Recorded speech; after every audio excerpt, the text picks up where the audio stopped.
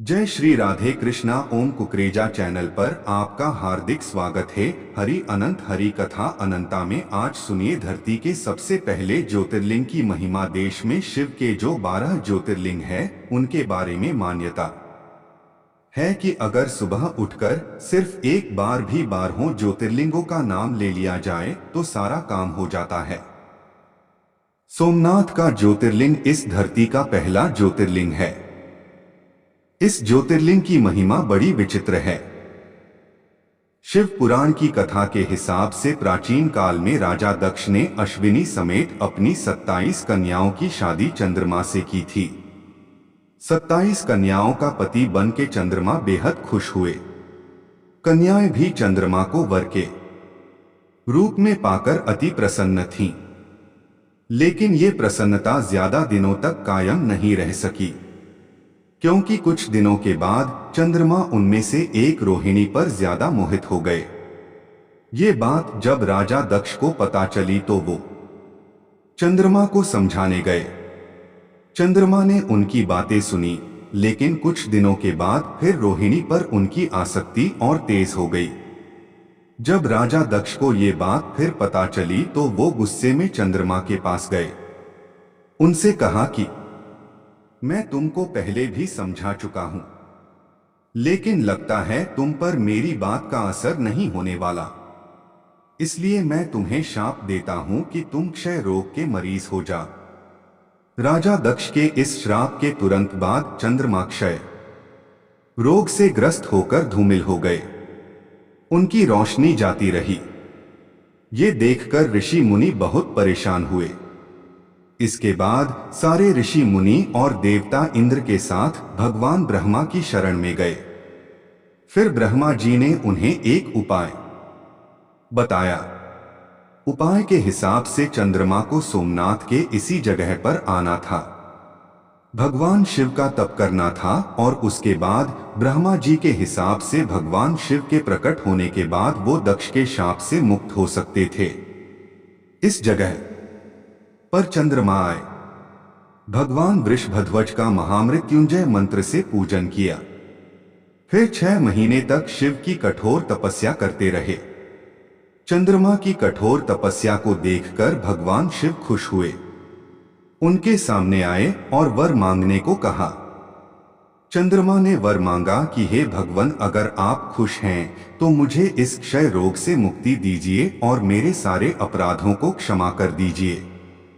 भगवान शिव ने कहा कि तुम्हें जिसने शाप दिया है वो भी कोई साधारण व्यक्ति नहीं है, लेकिन मैं तुम्हारे लिए कुछ करूंगा जरूर। इसके बाद भगवान शिव ने चंद्रमा के साथ जो किया उसे देखकर चंद्रमा न ज्यादा खुश हो सके और न ही उदास रह सके। लेकिन शिव ने ऐसा किया क्या? चंद्रमा की तपस्या से भगवान शिव प्रसन्न थे। उन्हें वर देना चाहते थे, लेकिन संकट देखिए। जिन्होंने चंद्रमा को श्राप दिया है वो भी कोई साधारण हस्ती नहीं थे। असमंजस था, ऐसा असमंजस जिसमें भगवान शिव भी पड़ गए थे। खैर, शिव एक रास्ता निकालते हैं। चंद्रमा से कहते हैं कि मैं तुम्हारे लिए ये कर सकता हूं, एक माह में जो 2 पक्ष होते हैं उसमें से एक पक्ष में तुम निखरते जाओगे, लेकिन दूसरे पक्ष में तुम क्षीण भी होगे। ये पौराणिक राज है चंद्रमा के शुक्ल और कृष्ण पक्ष का, जिसमें एक पक्ष में वो बढ़ते हैं और दूसरे में वो घटते जाते हैं। भगवान शिव के इस वर से भी चंद्रमा काफी खुश हो गए। उन्होंने भगवान शिव का आभार प्रकट किया, उनकी स्तुति की। यहां पर एक बड़ा अच्छा रहस्य है। अगर आप साकार और निराकार शिव का रहस्य जानते हैं तो आप इसे समझ जाएंगे, क्योंकि चंद्रमा की स्तुति के बाद इसी जगह पर भगवान शिव निराकार से साकार हो गए थे और साकार होते ही देवताओं ने उन्हें यहाँ सोमेश्वर भगवान के रूप में मान लिया। यहाँ से भगवान शिव तीनों लोकों में सोमनाथ के नाम से विख्यात हुए। जब शिव सोमनाथ के रूप में यहाँ स्थापित हो गए तो देवताओं ने उनकी तो पूजा की ही, चंद्रमा को भी नमस्कार किया। क्योंकि चंद्रमा की वजह से ही शिव का ये स्वरूप इस जगह पर मौजूद है। समय गुजरा, इस जगह की पवित्रता बढ़ती गई।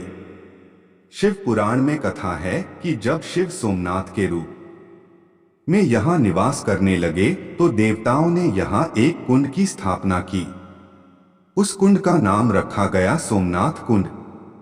कहते हैं कि कुंड में भगवान शिव और ब्रह्मा का साक्षात निवास है, इसलिए जो भी उस कुंड में स्नान करता है उसके सारे पाप धुल जाते हैं, उसे हर तरह के रोगों से निजात मिल जाता है।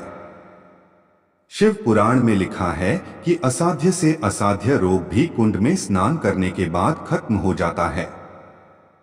लेकिन एक विधि है जिसको मानना पड़ता है।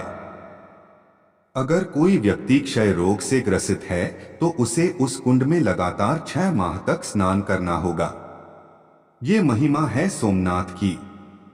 शिव पुराण में ये भी लिखा है कि अगर किसी वजह से आप सोमनाथ के दर्शन नहीं कर पाते हैं तो सोमनाथ की उत्पत्ति की कथा सुनकर भी आप वही पौराणिक लाभ उठा सकते हैं। इस तीर्थ पर और भी तमाम मुरादें हैं जिन्हें पूरा किया जा सकता है, क्योंकि ये तीर्थ 12 ज्योतिर्लिंगों में से सबसे महत्वपूर्ण है। धरती का सबसे पहला ज्योतिर्लिंग सौराष्ट्र में काठियावाड़ नाम की जगह पर स्थित है।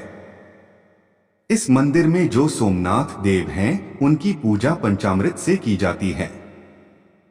कहा जाता है कि जब चंद्रमा को शिव ने शाप मुक्त किया तो उन्होंने जिस विधि से साकार शिव की पूजा की थी, उसी विधि से आज भी सोमनाथ की पूजा होती है। अगर आप शिवरात्रि की रात यहाँ महामृत्युंजय मंत्र का महज 108 बार भी जाप कर देते हैं तो वो सारी चीजें आपको हासिल हो सकती जिसके लिए आप परेशान हैं। ये है इस धरती के सबसे पहले ज्योतिर्लिंग की महिमा। शिव पुराण में ये कथा महर्षि सूरत जी ने दूसरे ऋषियों को सुनाई है। जो जातक इस कथा को ध्यान से सुनते हैं या फिर सुनाते हैं, उन पर चंद्रमा और शिव दोनों की कृपा होती है। चंद्रमा शीतलता के वाहक हैं। उनके खुश होने से इंसान मानसिक तनाव से दूर होता है। और शिव इस जगत के सार हैं। उनके खुश होने से जीवन के सारे मकसद पूरे हो जाते हैं।